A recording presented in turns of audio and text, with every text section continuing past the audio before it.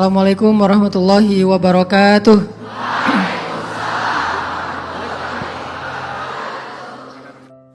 Dulu tuh seorang komik syahid. Hebat ya? Dia komik, dia syahid. Dia entertainer, dia syahid. Itu keren banget loh. Jadi yang syahid itu bukan cuma hafiz, seorang ahli ibadah, seorang entertainer juga syahid. Dia ada bagiannya dalam jihad. Bagiannya apa? Menghibur sahabat yang lagi galau. Duh, saya ninggalin istri ini gimana nih? Udah tenang aja, ada Allah. Oh ya, dia punya peran di situ. Sampai ada yang bagiannya apa? Bikin syair. Kayak pas gali Parit Khandak tuh, para sahabat tuh bikin syair. Pas bikin Masjid Nabawi, sampai syairnya kemudian diriwayatkan jadi sebuah kayak nyanyian gitu. Apa syairnya? La in qa'adna wa nabiyyu ya'malu fadhaka minnal amalul mudallalu la 'isha illa 'ishal akhirah Allahumma arham ansara wal muhajirah. Terus diikutin. La in qa'adna wa nabiyyu ya'malu. Kita pikir sahabat itu zikir terus. Ada porsi zikir, ada porsi nyanyi. Apa tuh artinya? Nah itu masalahnya. La in qa'adna wa nabiyyu ya'malu. Kalau kita duduk-duduk aja sedangkan Nabi kerja, malu dong. Itu maksudnya. Nyindir sahabat yang tadi udah capek, duduk. Nabi udah capek gak duduk. Akhirnya bikin syair. La in qa'adna wa nabiyyu ya'malu. Akhirnya oh ya gak enak nih. Fadzaka minnal amalul mudallalu. Kalau gitu kita malu-maluin. Itu syairnya. La isya illa isyal akhirah. Gak ada kehidupan yang lebih bahagia daripada kehidupan di akhirat.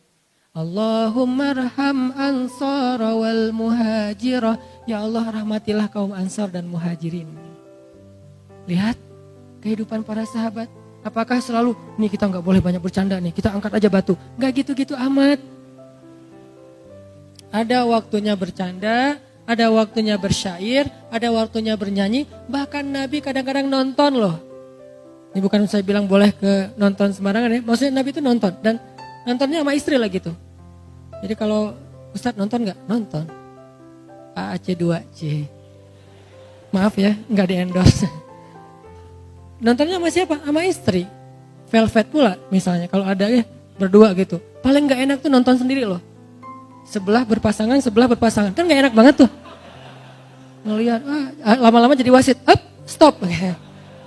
Nabi itu nonton, nanti ada hadis khusus bab itu. Intinya adalah kehidupan Nabi dan sahabat itu sangat proporsional. Malam mereka menjadi rahib, ibadahnya itu sampai air mata membasahi jenggotnya. Siang mereka menjadi fursan, kesatria, menunggangi kuda. Dan dalam kondisi-kondisi tertentu mereka bercanda dan bermain-main. Makanya terjemahan dari ayat 14 surat Ali Imran gak boleh parsial. Jangan main-main, jangan bercanda, gak boleh sibuk dengan istri, gak boleh sibuk dengan anak, gak boleh sibuk dengan kendaraan. Gak gitu, maksud Allah kita boleh menjadikan semua itu sebagai mata ul hayati dunia, kesenangan dunia. Tapi jangan lupa akhirat itu lebih keren loh. Jadi kalau dunia aja kita semangat, harusnya akhirat lebih semangat. Kayak misalnya teman-teman yang semangat mencari pasangan di dunia. Allah bilang azwajun mutahharah. Di akhirat juga ada pasangan. Yang saya sering bilang di akhirat, di surga itu gak ada lagi jomblo. Jadi gak ada yang duduk sendiri, ngahuleng, sedih gitu. Lo kenapa? Gua ditikung. Gak ada tuh. Di akhirat tuh gak ada yang kayak gitu-gituan. Semuanya sudah ridho. Mutmainnah, radiyatan, mardiyah. Dalam keadaan ridho dan diridhoi oleh Allah Subhanahu wa taala. Pasangannya siapa? Yang kita sebut bidadari itu istilah bahasa Indonesia kan? Bahasa Arabnya apa? Azwaj, pasangan bukan bidadari. Siapa azwaj? Itu tuh yang di atas-atas tuh. Yang solehah ya. Masya Allah. Makmum yang taat sama suami, salat tahajud berdua, suaminya waladhdallin, dia belakang amin. Jadi gak konsen salatnya gitu kan ya. Itu tuh pasangan surga kita. Coba kalau sholat sendiri, waladhdallin, hening, gak ada yang aminin.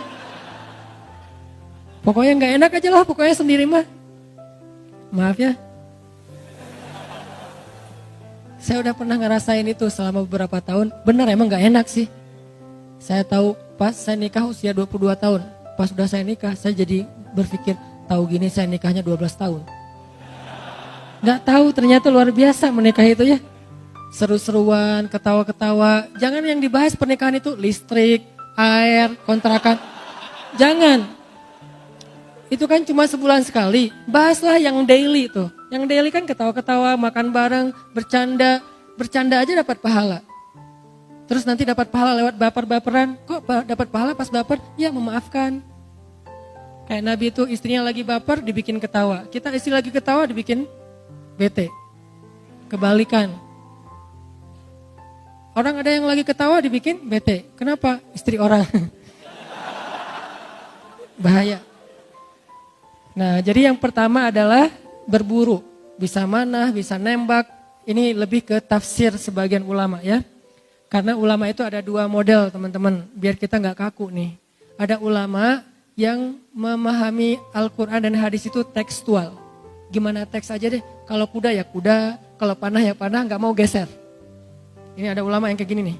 Ada ulama kontekstual. Kalau dulu kuda, sekarang skateboard, BMX, ngetrail, moge, Vespa, kontekstual. Konteks dulu tuh kuda sama onta, konteks sekarang skuter, Vespa, naik Harley misalnya, konteks. Dan ini disebut dengan maqasidus syariah. Apa sih maksud dari syariat? Mesir cenderungnya ke yang kedua nih, modelnya tuh kontekstual, pola pikirnya. Madinah cenderungnya yang pertama, dua-duanya baik. Gak usah saling menyalahkan, terserah kita mana yang paling nyaman kan. Karena saya dulu belajar di Mesir dibiasakan berpikir dengan persepsi kontekstual, maka kita membiasakan untuk memahami teks supaya bisa relevan dengan konteks kekinian. Modal berpikir ala Mesir. Tapi kan hadisnya, dan bukan terjadi di Mesir Madinah doang teman-teman. Di zaman sahabat udah ada pola pikir kayak gitu. Ada sahabat yang tekstual, ada sahabat yang kontekstual. Kayak pas Nabi bilang habis perang perang Khandak, Nabi bilang, ayo kita kepung benteng Bani Quraidah. Jangan sholat asar kecuali di Bani Quraidah. Nih kalimatnya, jangan sholat asar kecuali di Bani Quraidah. Akhirnya sahabat beres perang Khandak, berangkat ke Bani Quraidah. Siapa tuh Bani Quraidah? Orang Yahudi yang berkhianat. Mereka lah yang mengompori orang kafir Quraisy untuk nyerang Madinah. Pengkhianat nih, udah ada perjanjian damai ternyata mereka ingkari. Mereka langgar. Nabi nyuruh kepung Bani Quraidah supaya mereka mau memperbaiki diri. Jangan sholat asar kecuali di Bani Quraidah. Berangkat sahabat. Di tengah jalan, masuk waktu asar. Terjadi perbedaan pendapat. Sebagian bilang, kita sholat dulu yuk. Soalnya ini udah asar nih, daripada ntar sampai maghrib. Kata yang lain, nggak bisa, kan kata Nabi jangan sholat asar sampai ke Bani Quraidah. Kata yang pertama, nggak gitu maksud Nabi. Maksud Nabi buruan berangkat, mudah-mudahan keburu asar di sana. Tapi kalau nggak keburu ya udah asar aja dulu. Kata yang kedua, nggak gitu, pokoknya gimana teks aja. Terjadilah perbedaan pendapat sahabat. Sebagian sholat asar dulu baru lanjut perjalanan, sebagian langsung lanjut perjalanan. Pokoknya meeting pointnya di Bani Quraidah aja. Dari sana akhirnya terbelahlah pendapat ulama secara umum menjadi dua model berpikir. Satu kontekstual, satu lagi tekstual. Dua-duanya baik dan kita harusnya husnuzon kepada dua-duanya.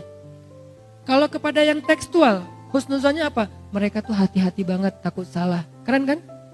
Kalau yang kontekstual, husnuzonnya apa? Mereka itu ingin Islam itu selalu relevan dan memberi solusi setiap zaman. Itu juga baik. Sehingga gak ada di antara sesama muslim saling menyalahkan. Karena dua-duanya berawal dari konsep berpikirnya para sahabat. Termasuk yang tadi. Kalau yang tadi istilahnya memanah, menurut ulama tekstual, ya udah memanah aja. Sehingga kita sampai sekarang belajar manah. Walaupun zamannya mungkin memanah udah jarang kepake ya. Lebih banyak kepake senjata api. Bagi ulama kontekstual, bukan memanah. Manah boleh, pakai senjata api boleh, belajarnya pakai paintball dulu, airsoft gun juga boleh. Kontekstual, dua-duanya boleh. Saya cenderung kepada yang kedua, kontekstual. Tapi saya respect sama yang pertama. Tapi menurut saya yang kedua lebih tepat. Yang pertama mungkin dengan pemahaman yang berbeda. Ini maksudnya. Terus yang kedua kata Nabi, main-main tapi berpahala apa? Walaupun gak ada zikrullah tadi, melatih kuda. Bagi ulama tekstual, kuda ya udah kuda aja, jangan ditafsir-tafsirin. Bagi ulama kontekstual, dulu kuda dan onta sekarang menjadi kendaraan. Bisa mobil, bisa motor, bisa trail, bisa Vespa, bahkan bisa BMX dengan niatnya untuk kebaikan. Bayangin kita main BMX misalnya untuk supaya selalu fit, olahraga, badannya kebentuk, itu kan kebaikan kan? Karena mukmin yang kuat lebih disukai Allah daripada mukmin yang lemah, walaupun dua-duanya baik kata Nabi. Berarti kalau niatnya supaya kuat kan belajar, gak usah yang ngetrik-ngetrik macam-macam, bunny hop aja, itu udah lumayan berat kan? Kalau menurut saya sih lebih berat daripada ngetrik olinya skateboard, karena itu ngangkatnya lebih luar biasa. Langsung seluruh tubuh itu kebentuk, ototnya langsung jadi itu. Berarti kalau niatnya mukmin yang kuat lebih baik daripada mukmin yang lemah, walaupun dua-duanya baik, maka main BMX itu adalah ibadah. Hidup anak BMX ya. Main BMX segala macam termasuk skateboard, longboard, downhill kayak gitu-gitulah. Pokoknya riding aja. Selama niatnya untuk jaga kesehatan, apalagi kalau niatnya untuk berdakwah, apalagi kalau dalam konteks tertentu niatnya untuk membela agama, maka ini menjadi sesuatu yang berpahala. Bahkan malaikat menyaksikan. Kan gak mungkin kita sambil main BMX terus tausiah kan? Mau ngetrik, teman-teman yang dirahmati Allah Subhanahu Wa Taala. Kan gak gitu. Yang namanya main aja udah, gak usah terlalu serius. Nanti ada bagian tausiah di masjid. Kalau main udah aja main. Kayak kemarin saya ke Palu tuh, kita bikin lomba berenang. Saya bilang siapa yang bisa ngalahin saya berenang, wah padahal saya gak jago. Sok-sok jago aja ngenantang. Siapa yang bisa ngalahin saya berenang ke tengah laut, yang paling jauh saya fallback. Oh siap. Akhirnya rame-rame, karena pengen di fallback. Berenang tuh. Gayanya apa Ustaz? Bebas. Berenang. Itu benar-benar jauh sampai airnya gelap loh. Dan saya tuh dalam hati saya cuma apa? Pokoknya saya gak mau following. Itu doang yang saya pikirin. Jadi motivasi saya gak mau fallback. Padahal biasanya tuh saya paling agak parno ya dengan yang namanya hiu. Kayak pas kemarin saya ke Wellington, New Zealand tuh. Tadinya saya pengen pedal-pedal doang, pencitraan ordai gitu kan. Pedal-pedal doang di pinggir-pinggir gitu sambil mancing. Tapi tiba-tiba lagi jalan ngelihat orca, killer whale ya, paus pembunuh. Itu paus pembunuh pasangan lagi tuh, bikin baper banget itu mah. Killer whale berdua itu lagi kayak jalan-jalan gitu, kayak window shopping gitu dia. Killer whale lagi window shopping di pinggir pantai. Naik, muncul, tenggelam, naik lagi. Wah, killer whale lebih ngeri daripada hiu, kan lebih cerdas ya. Gak jadi deh pedalnya, gak jadi pencitraan, ya udah longboard aja semampunya gitu. Artinya saya tuh paling parno, tapi gara-gara gak pengen nge-follow, saya maksain. Sampai saya buka mata, wah udah gelap gini, terus aja pokoknya jangan sampai saya follow lebih dari satu. Pas sudah sisa satu, udah deh cukup satu aja. Alhamdulillah ada yang berenangnya tuh hampir 500 meter, jauh banget ke tengah laut. Nah ini kan main-main ya, gak mungkin Masya Allah, Subhanallah, Astagfirullahaladzim, kan gak gitu kan. Karena bab zikir ada bab zikir, bab berenang, dan itu bercanda. Wah kalah Ustaz, segala macam. Ustaz gak boleh naik, kan kita udah jauh. Akhirnya gak bisa balik lagi ke perahu, gak kuat lagi. Minta dijemput, yang di perahu usil. Ustaz gak boleh naik ke perahu sebelum fallback kita. Wah Ustaz dikerjain. Ya udah deh saya fallback. Ya Ustaz naik. Sehari aja ya. Tahu gitu gak jadi naik tadi. Bercanda kan? Nah bercanda dalam konteks kayak gitu adalah sesuatu yang diperbolehkan. Seru kan? Main-main, makanya saya punya tagline, banyak main, banyak manfaat. Itu bukan asal ngomong, ada maunya. Ya, ada maksudnya. Jadi bukan sekedar, Ustaz kok banyak main, bukannya banyak selawat. Selawat mah gak usah diomong-omongin. Ustaz kok banyak main, bukannya banyak tilawah. Tilawah mah mudah-mudahan. Masa saya mau bilang, saya banyak loh tilawah. Kan kegeeran banget ya. Agak-agak norak gitu kan. Karena ada yang lebih banyak tilawahnya. Guru saya tuh anggota dewan tingkat provinsi gitu. Kan sibuk banget. Tapi sehari tilawah beliau 15 juz. Itu bukan orang yang nganggur loh ya. Anggota dewan tingkat provinsi yang sibuk banget. Sehari murojaah hafalan beliau hafiz. Sehari murojaah hafalannya tuh 15 juz. Masa saya mau bilang banyak tilawah sementara saya cuma sejuz. Itu juga kadang-kadang absen gitu. Kan gak enak sama beliau. Banyak tilawah, banyak manfaat. Emang kamu udah tilawah berapa? 1 juz Ustaz. 1 juz banyak. Saya 15 juz. Guru saya di Aceh yang kemarin saya ketemu pas pulang ke Aceh tuh 1 hari 10 juz. Dan itu sudah beliau lakukan lebih dari 15 tahun. 3 hari khatam, 3 hari khatam, 3 hari khatam. Beliau baru boleh ngomong banyak tilawah. Dan saya merasa belum pantas ngomong banyak tilawah. Ya udah yang standar-standar aja deh, banyak main. Karena emang dari dulu senang main. Mudah-mudahan mainnya jadi berpahala. Carilah hadis-hadis supaya melegitimasi permainan. Wah ini ada hadisnya nih, oh catat. Kenapa ntar kalau ada yang menghujat, ini hadisnya nih. Modus ya, cari pembenaran. Yang kedua, melatih kuda. Dulu kuda dan onta, kalau sekarang kendaraan. Terus arti melatihnya apa Ustadz? Ngulik mesin. Menurut sebagian ulama itu mengulik mesin, anak Vespa gitu kan ya. Ngulik-ngulik mesin, kan itu lumayan ngabisin waktu kan ya. Selama nggak telat sholat, selama nggak sampai sia-sia, itu keahlian yang penting loh. Karena salah satu ciri cowok keren itu, kalau mobil atau motornya mogok, itu beneran sendiri, bukan manggil montir. Mogok tengah jalan, lu datang ke sini derek, itu kurang keren. Lebih keren lagi dia ngulik sendiri tuh. Dan dia akan terbentuk juga kan fisiknya ngulik-ngulik kayak gitu, apalagi kalau turun mesin sendiri. Lumayan. Jadi salah satu keahlian cowok yang harusnya, saya belum punya nih, saya pengen belajar. Yang harusnya punya keahlian MacGyver lah pokoknya, yang kayak gitu-gitu bisa bikin apa. Saya punya teman dia soleh banget, malam ahli tahajud, siangnya itu dia bisa ngapa-ngapain aja. Listrik saya rusak dia benerin, mesin cuci rusak dia benerin. Pokoknya tuh bener-bener teknisi banget. Nah ini keren nih. Dan Nabi menganjurkan kita jadi kayak gitu. Cowok tuh belajar mesin deh, semampunya aja.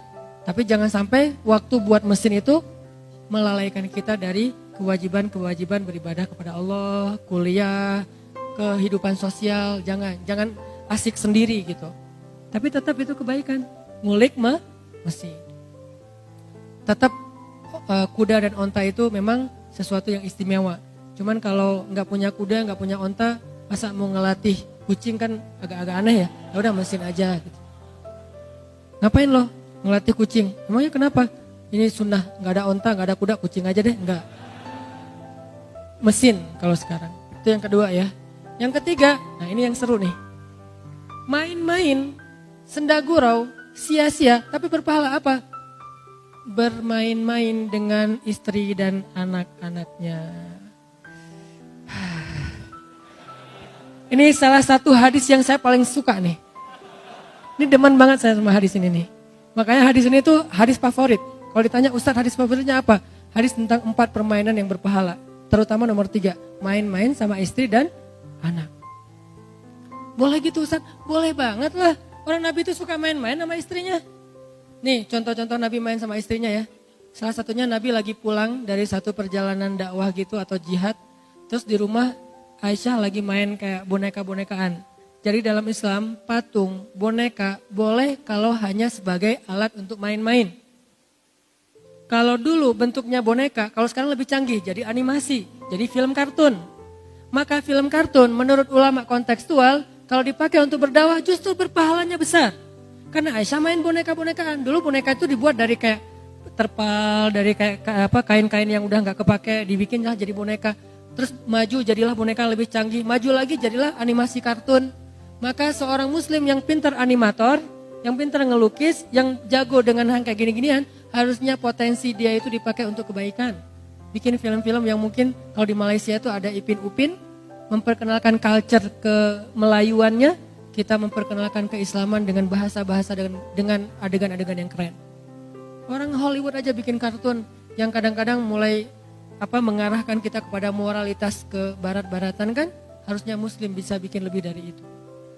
Wah gak boleh melukis. Kalau konteksnya adalah untuk anak kecil, melukis atau boneka yang disebut patung, mau ukurannya besar atau kecil yang namanya mainan, boleh. Yang gak boleh patung sembahan. Kalau disembah gak boleh. Kalau hiasan, nah kalau bab ini ikhtilaf di antara ulama, tanya aja ke Ustadz Fikih deh. Kalau hiasan. Tapi kalau permainan, kalau sekedar boneka, maka itu boleh. Boneka Aisyah kecil. Kalau boneka anak sekarang kan kadang-kadang gede tuh. Ada ulang tahun dikasih boneka Hello Kitty gede. Dikasih boneka beruang gede. Kalau anak laki-laki bukan boneka, robot-robotan, superhero kayak gitu-gituan kan.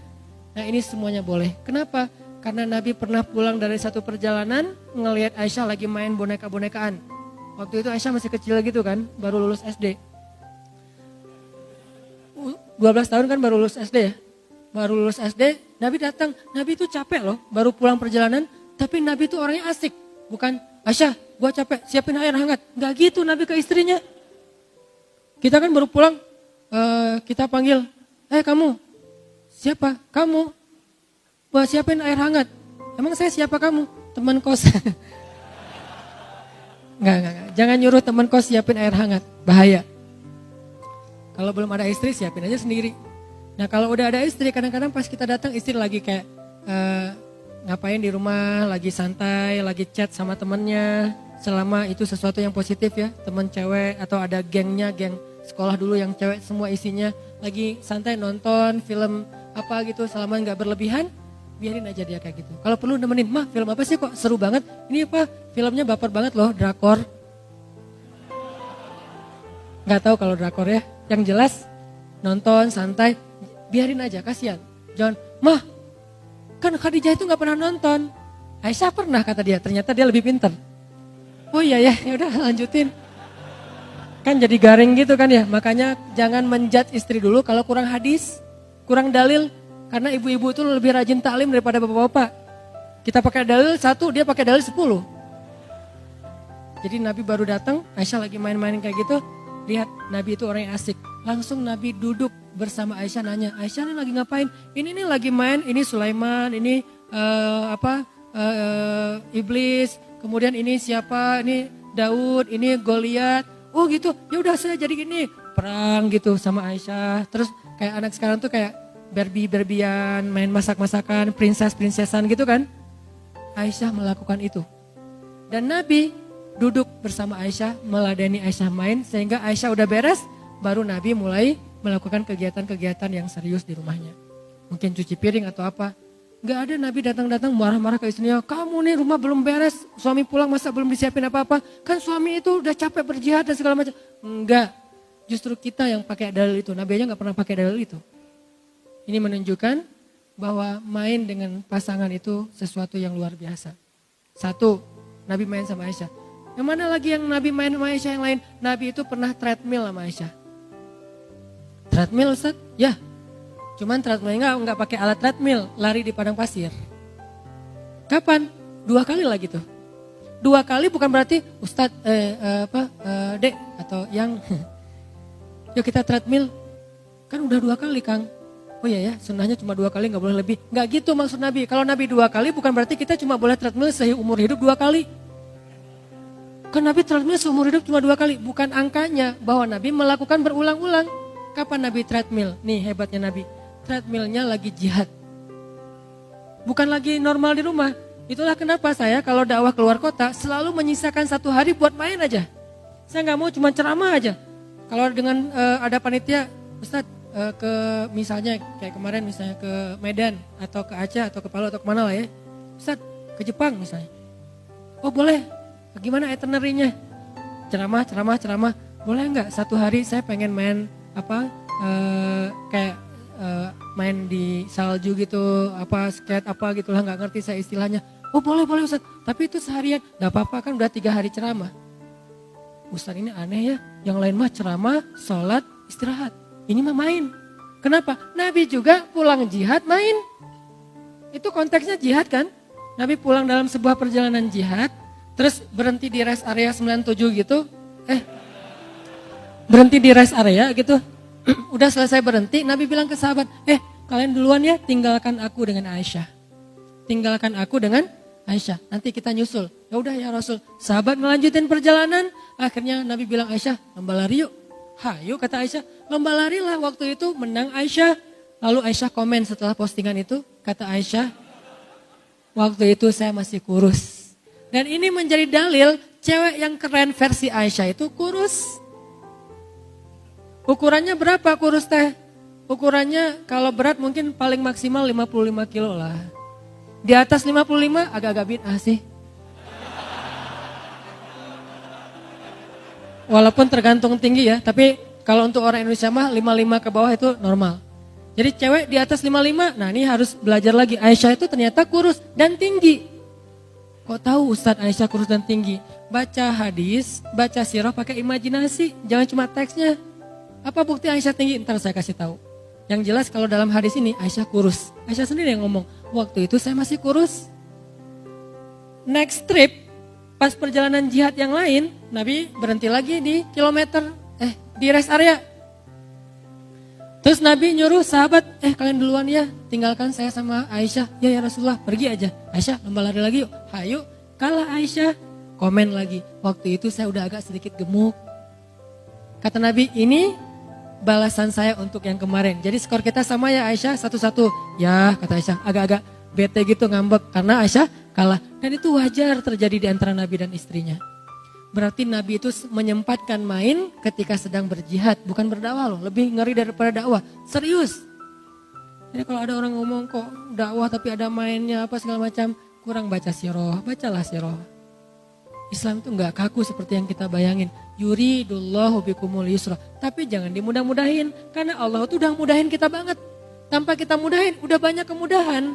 Tanpa kita ringan-ringankan, udah banyak keringanan. Tinggal kita baca aja tuh.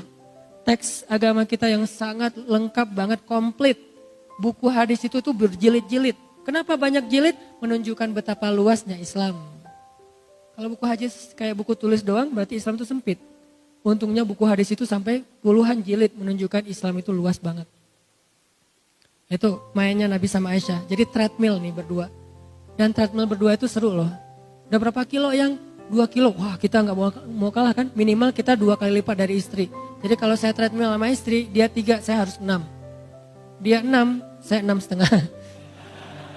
Maksimalnya segitu soalnya gak kuat lagi. Oh, terus pulang-pulang yang pijitin dong. Nah, romantisme yang lain kan. Ada alasan, ya udah pijat-pijatan, kaki dia ke kaki kita ke kaki dia, pijat. Itu gak akan dirasain kalau masih sendiri. Banyak kebaikan yang kita lewatkan gara-gara kita masih istiqomah menjom. Banyak banget kebaikan yang kita lewatkan. Itu Nabi main sama Aisyah. Terus hadis yang lain, Nabi nonton sama Aisyah. Bahkan Nabi pernah membiarkan Aisyah bernyanyi dengan teman-temannya. Jadi suatu hari Nabi baru pulang juga capek ke rumah. Waktu itu Aisyah bersama beberapa orang cewek ABG gitu lagi nyanyi di rumah pakai alat musik. Cuman gak disebutin alat musiknya apa. Lagi nyanyi bareng. Nabi datang duduk di sofa Arab tuh kan di bawah gitu kan. Nabi duduk menikmati mereka lagi nyanyi. Nyanyinya yang positif tapi. Terus gak lama datang Abu Bakar. Datang Abu Bakar masuk ke rumah Nabi Aisyah. Kan Aisyah anaknya sendiri. Abu Bakar ngelihat Aisyah sama cewek-cewek itu lagi pada nyanyi di rumah Nabi. Abu Bakar marah karena gak paham. Apa kata Abu Bakar? Ini adalah musik-musik setan. Kenapa ada di rumah Nabi? Nih komen Abu Bakar nih di postingan Aisyah. Bukan nge-like, malah komen. Aisyah lagi posting, kita lagi seru-seruan nih gitu. Hashtagnya banyak main, banyak manfaat, sedikit dosa. Terus kata Abu Bakar, ini kan musik setan, kenapa ada di rumah Nabi? Komentar Abu Bakar. Nabi balas replay. Kata Nabi, ya Abu Bakar, biarkan mereka. Sesungguhnya hari ini adalah hari rayanya kabilah Fulan bin Fulan. Artinya Nabi membiarkan teman-temannya Aisyah tuh nyanyi di depan Nabi di dalam rumah Aisyah. Kenapa? Hari ini emang hari rayanya teman-temannya Aisyah. Teman-temannya Aisyah itu dari suatu kabilah, saya lupa kabilah mana di Madinah. Dan mereka lagi ngerayain hari jadi kabilah mereka dengan cara bersenang-senang. Dan ini menjadi dalil juga bolehnya merayakan hari jadi tertentu selama tidak berlebihan. Ini pemahaman saya, ulang tahun, asal tidak menjadi pesta pora yang berlebihan, selama itu bentuknya masih hiburan yang wajar, apalagi kayak ngundang anak yatim, fakir miskin, ngasih makan, itu boleh, ada hadisnya. Walaupun konteksnya bukan ulang tahun pribadi, ulang tahun kabilah, sama aja kan? 17-an Agustus, hari jadi kota Bandung, hari jadi pribadi, yang jangan hari jadi mantan, berat.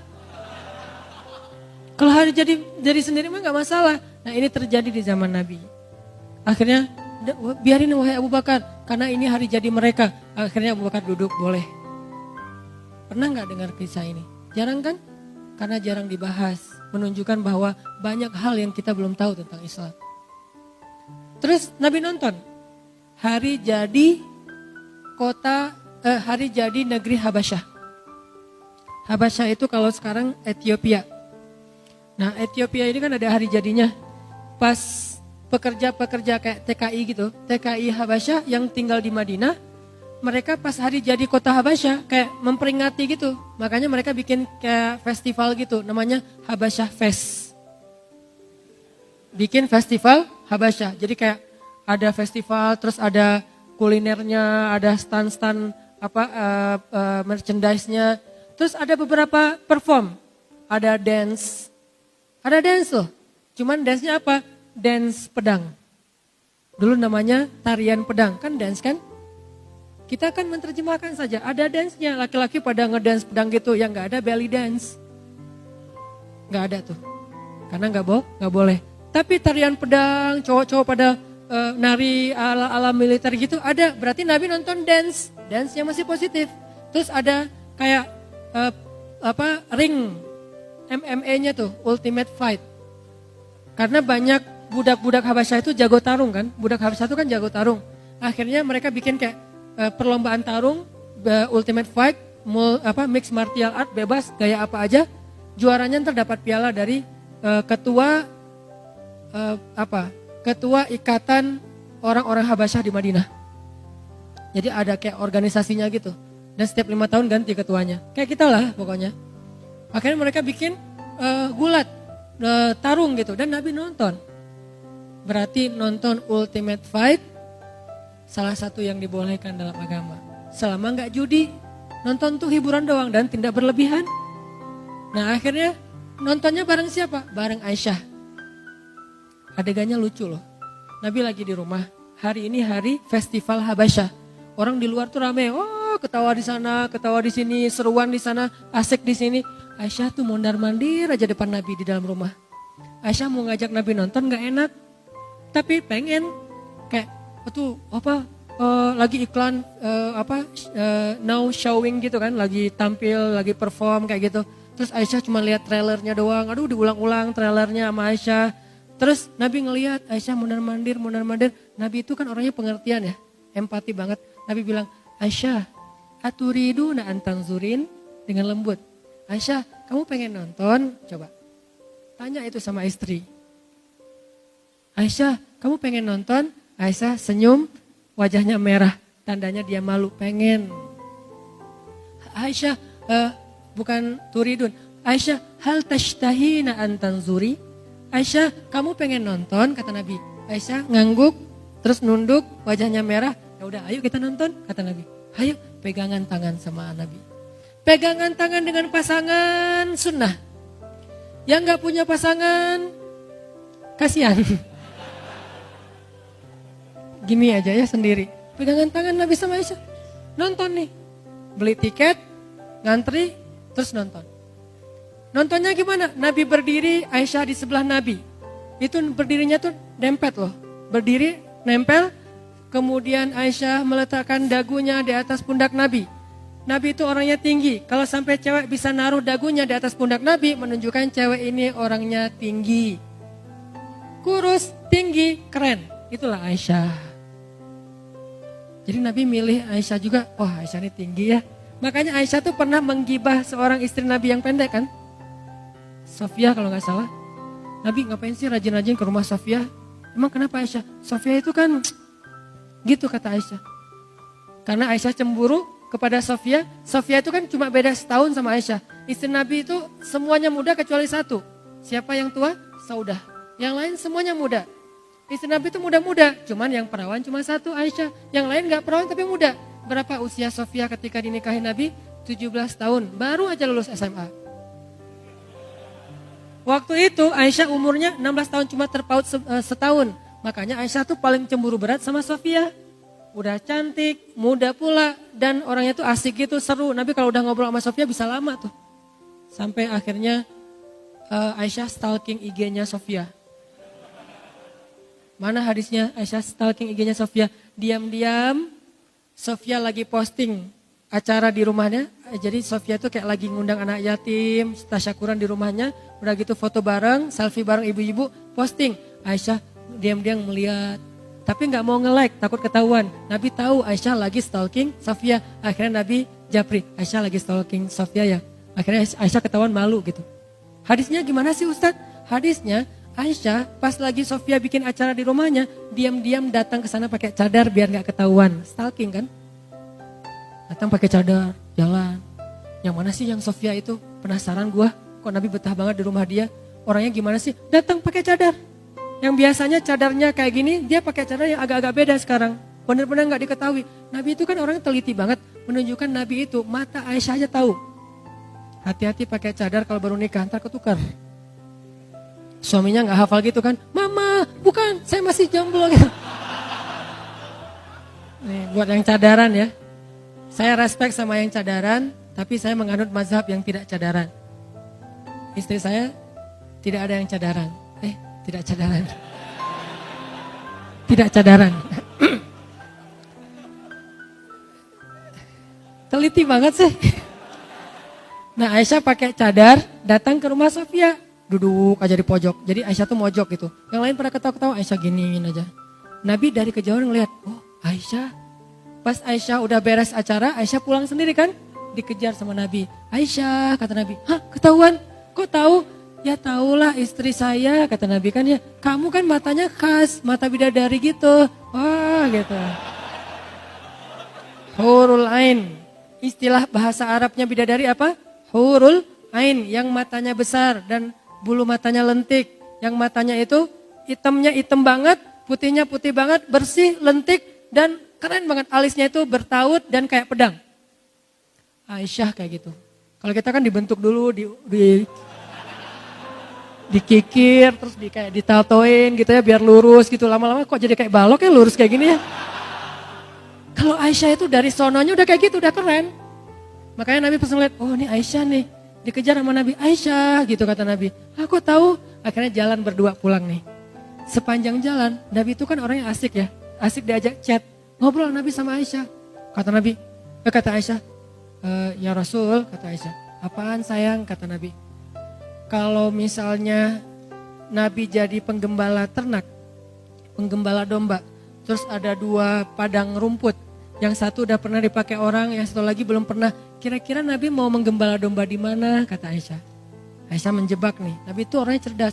Ya yang belum pernah dipakai lah. Itu yang paling gua suka nih. Padang rumput yang masih bagus, masih rimbun, masih belum pernah ada yang pakai di sana untuk menggembala.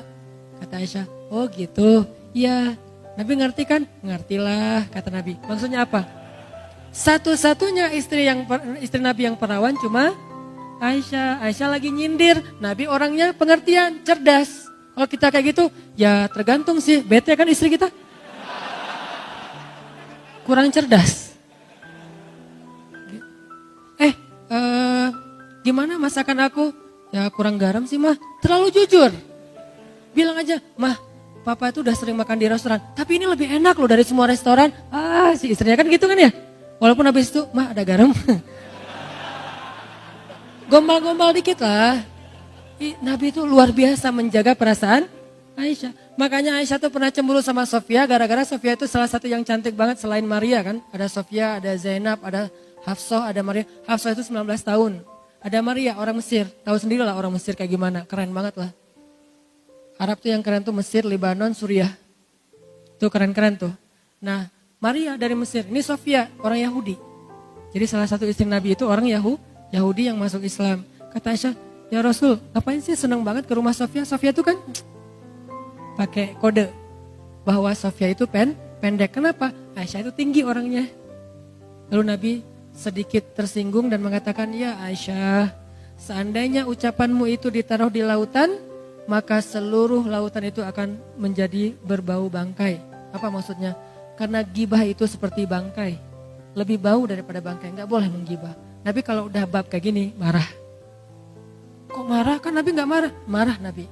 Nabi pernah marah dan menasihati Aisyah. Gara-gara apa? Gara-gara Aisyah menggibah Sofia. Tapi di sisi lain, di sini menjadi dalil Aisyah itu orangnya emang tinggi. Makanya pas Aisyah berdiri di sebelah Nabi, meletakkan dagunya di atas pundak Nabi, berdirinya nempel gitu, nontonnya tuh begini, nonton tuh berdua. Nonton apa? Nonton dance, nonton apa lagi Ultimate Fight. Terus Nabi seru gitu. Pas udah lama nonton Nabi ngelirik ke Aisyah, hampir aja hidung Nabi kena hidung Aisyah gitu kan, sama-sama mancung tuh. Imajinasikan sirah. Nabi kan mancung, Aisyah mancung. Aisyah, udahan? Kata Aisyah. Coba.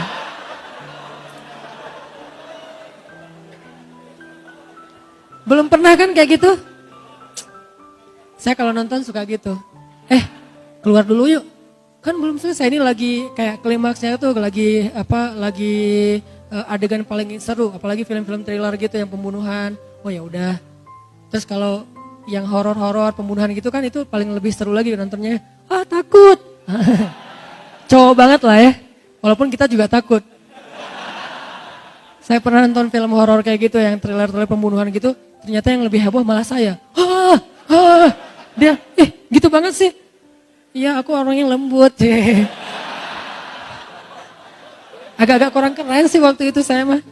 Lama-lama kita nonton itu lagi, enggak lo kurang asik kalau nonton film horor. Enggak, kali ini gue mau jadi cowok sejati. Nonton kayak tren tebusan.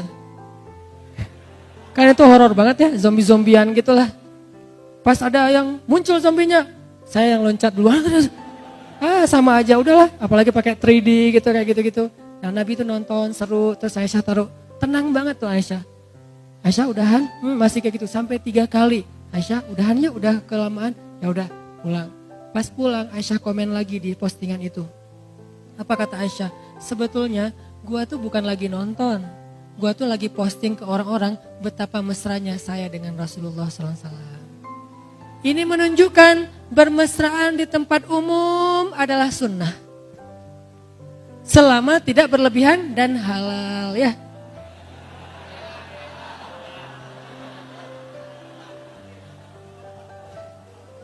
Coba lihat Islam ternyata ada yang kayak gini-gini juga tuh. Belum lagi nanti hadis-hadis tentang Nabi dan Aisyah yang lain tuh banyak banget loh. Yang ketiga ya. Yang keempat apa? As-sibahah, berenang. Berenang kalau secara tekstual ya udah berenang aja. Kalau saya melihatnya secara kontekstual, dulu namanya berenang, sekarang bisa free dive, bisa diving, bisa snorkeling, bisa cliff dive, loncat dari tebing gitu kan. Apalagi kalau habis diputusin tuh pas banget tuh. Loncat dari tebing gitu, cliff dive, terus bisa surfing, bisa wake surf, bisa kite surf gitu kan yang pakai kayak layang-layang gitu, kayak terjun payung gitu, terus ditarik. Semua ini sibahah, semua ini berenang. Tergantung kita mau yang mana yang kita senang. Ada yang senangnya cuma snorkeling doang kayak ke Lombok, ke Raja Ampat. Itu juga bagian dari sunnah Nabi. Ada yang senangnya free dive, nyelam gitu, gak muncul-muncul lagi. Kenapa? Ada yang juga mainnya ombak. Ada ombak gulung saya gitu ya. Kenapa? Karena saya udah pernah digulung masa lalu lebih berat daripada digulung ombak misalnya gitu-gitulah. Garing lah pokoknya kayak gitu-gitulah. Ini namanya as-sibahah, berenang. Semua itu kebaikan teman-teman. Dan kan gak mungkin juga kita lagi pedal gitu kan ngejar-ngejar ombak. Terus ombak datang kita kayak take off terus kita riding gitu. Terus kayak snap gitu. Sambil kayak gitu kita kemudian kita sesama teman lagi longboarding gitu kan berdua. Jalan terus ke nosnya ke depan sambil sesungguhnya kan gak gitu kan. Ya udah main-main aja. Nanti setelah itu malamnya kita ngaji bareng, kita tahajud bareng, kita belajar hadis bareng. Ini Islam. Ada waktunya main, ada waktunya belajar, ada waktunya ibadah. 4 hal ini Nabi itu emang berenang teman-teman. Saya dulu tuh penasaran, Nabi berenang di mana ya? Ternyata Nabi itu jago renang. Kapan beliau belajar berenang? Ketika beliau masih berusia 6 tahun. Saat beliau dibawa oleh ibunya ziarah makam ayahnya Abdullah di sebuah kabilah dan di sana tuh ada kayak telaga, danau kecil, disitulah Nabi belajar berenang. Jadi Nabi usia 6 tahun udah jago berenang, si bolang Nabi teh. Berenangnya tuh di danau kecil telaga gitu sama teman-temannya, berenang segala macam, lomba berenang. Ini permainan yang keempat yang berpahala. Tapi di dalam hadis yang lain ada yang kelima teman-teman. Bergulat, tarung.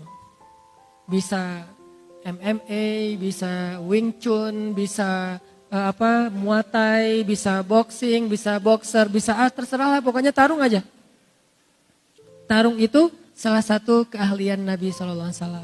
Dan belajar bertarung itu salah satu sunnah Nabi. Sampai Nabi ada riwayat ketika awal-awal berdakwah di Mekah, Nabi itu lagi menggembala ternaknya Abu Talib di padang pasir. Ditemenin sama seorang juara Ultimate Fight Mekah. Namanya Abu Rukanah. Abu Rukanah itu pemegang sabuk, banyak sabuk emas tuh. Dan gak ada yang ngalahin. Selama ini rekor dia itu menang KO semuanya, gak ada yang kalah sekalipun. Abu Rukanah namanya. Julukan ya, bukan Abu itu bukan orang tua ya, itu orang gaya orang Arab. Umurnya tuh masih kayak 19 tahun gitu, masih ABG banget. Kenapa disebut Abu Rukanah? Nama aslinya saya nggak tahu. Karena Rukanah itu rukun, artinya badannya itu kayak tiang gitu, kuat banget badannya, ototnya tuh udah luar biasa. Abu Rukanah nemenin Nabi menggembala ternak di Mekah. Waktu itu Abu Rukanah belum masuk Islam. Lagi gembala ternak berdua ngobrol-ngobrol sama Nabi. Nabi bilang ke Abu Rukanah, duel yuk, coba. Nabi muda ya, Nabi masih umur sekitar 40 tahun baru dapat wahyu. Abu Rukanah, duel yuk. Kata Abu Rukanah, beneran Muhammad? Kan Nabi itu gak pernah tarung bebas. Tapi petarung, cuman gak pernah pamer. Jadi Nabi tuh kalau ngeliat orang tarung kayak di ring gitu, Nabi tepuk tangan. Padahal beliau tuh lebih jago dari mereka. Itu kerennya Nabi tuh, bukan gitu doang. Enggak. Nabi, wah hebat Umar, hebat Khalid, hebat Abu Rukanah. Nah kali ini Nabi ngajak Abu Rukanah duel. Abu Rukanah, duel yuk. Kata Abu Rukanah, beneran Muhammad? Dalam hati Abu Rukanah, ntar kalau kamu terkilir gimana? Kalau kamu patah gimana? Kalau kamu sampai keluar darah gimana? Kan kamu tuh orang yang lembut. Abu Rukanah, duel yuk. Beneran Muhammad? Beneran? Kata Abu Rukanah, kalau duel doang mah gak ada yang dipertaruhkan, gak seru. Ya udah, siapa yang menang dapat domba. Kalau saya menang, domba kamu kasih ke saya. Kalau kamu menang, domba saya kasih ke kamu. Beneran? Beneran. Satu domba itu 5 juta. Dan ini bukan judi ya. Ini bertaruh tapi bukan judi. Ya udah, tarung nih. Abu Rukanah mulai kuda-kuda, Nabi biasa-biasa aja. Nabi itu harus keren imajinasinya ya. Nabi biasa aja. Udah Muhammad, udah. Pas Abu Rukanah maju, dipegang sama Nabi, dibanting, dikunci sama Nabi. Nabi itu jago ngunci loh. Dikunci, hampir patah. Abu Rukanah bilang, Muhammad, nyerah. Dilepas sama Nabi. Abu Rukanah, domba. Dikasih domba Abu Rukanah. Abu Rukanah tuh gak puas gitu. Kata Nabi, mau lagi? Ya udah deh, kayaknya tadi salah gaya nih. Salah jurus gitu kan. Ya udah nih, coba lagi penasaran soalnya yang kedua. Mulai lagi ronde kedua, dipegang sama Nabi, pas mau dibanting oleh Abu Rukanah, Nabi balikin, dikunci lagi, Abu Rukanah nyerah lagi. Abu Rukanah domba, 2 domba dikasih ke Nabi. Nabi diam, gak enak sama Abu Rukanah. Nabi kan gak mau nyakitin perasaan orang ya, diam aja. Kata Abu Rukanah, Muhammad, sekali lagi aja. Masih penasaran saya nih, kok kamu bisa gitu sih Muhammad? Perasaan selama ini kamu tuh gak pernah masuk acara Ultimate Fight atau tarung bebas di mana? Saya lihat di TV One kamu gak pernah muncul. Abu Rukanah. Ya udah kata Nabi, hayu. Tarung lagi, kalah lagi Abu Rukanah sampai 3 kali berturut-turut. Langsung dikunci di ronde pertama, di menit, bahkan belum 1 menit udah habis Abu Rukanah nyerah, kasih 3 dombanya. Udah gitu Abu Rukanah ngeliat sekeliling gitu. Kata Abu Rukanah, Muhammad ada yang ngeliat gak tarungan kita? Gak ada, emang kenapa? Soalnya selama ini orang Arab taunya saya tuh petarung paling hebat. Juara bertahan, gak ada yang bisa ngalahin saya. Masa kalah sama orang kayak kamu Muhammad? Abu Rukanah, Nabi senyum-senyum aja. Udah gak apa-apa, nama kamu tetap terjaga kok. Saya gak akan ngomong-ngomong kalau saya ngalahin kamu. Cie. Terus Abu Rukanah kayak cemberut gitu. Kata Nabi, kenapa lagi Abu Rukanah? Saya bingung nih. Gimana saya pulang kalau kambing saya udah berkurang 3? Terus Nabi nanya, emangnya kenapa? Bilang aja ke ayah kamu bahwa kamu kalah tarung sama saya. Itu masalahnya. Kalau ayah saya sampai tahu saya kalah tarung, saya bakal dimarahin. Jadi bukan bab kambingnya, bab kalah tarung. Gimana saya ngomong ke ayah saya, masa kambing saya hilang? Gak mungkin saya bohong. Pasti saya akan bilang kambing saya diambil Muhammad. Kenapa? Gara-gara kalah tarung. Kok sampai 3 ronde? Ayah kan gak keren banget kan? Gimana Muhammad saya ngejelasin ke ayah saya? Ya udah, nih saya balikin kambing kamu. Dibalikin 3-3-nya. Kemudian Abu Rukanah mengatakan, tidak ada orang yang lebih keren daripada Muhammad. Ya Muhammad, asyhadu an la ilaha illallah wa annaka rasulullah. Masuk Islam. Tarung. Kita pikir itu cuma main-main. Semua potensi anak muda itu bisa menjadi potensi dakwah. Mau tarung, mau skateboard, mau BMX, mau apa aja pokoknya selama tidak melanggar syariat dan berbuat dosa, lakukan, have fun.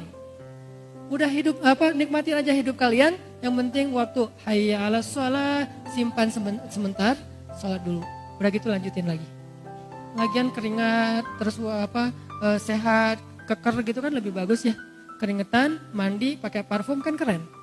Nah, ini sesuatu yang sebenarnya dalam Islam yang sangat dihargai. Mudah-mudahan dari banyak riwayat-riwayat tadi kita makin yakin untuk berhijrah. Islam itu enjoy banget. Batasannya tuh gampang, jangan nambah dosa. Dan tidak selalu yang gak nambah dosa itu gak asik. Asik banget kok. Tetap fun insya Allah. Itu aja yang bisa saya sampaikan. Mudah-mudahan Allah merahmati majelis kita, menambah iman kita, memperbaiki akhlak kita, dan memperbaiki amal-amal kita.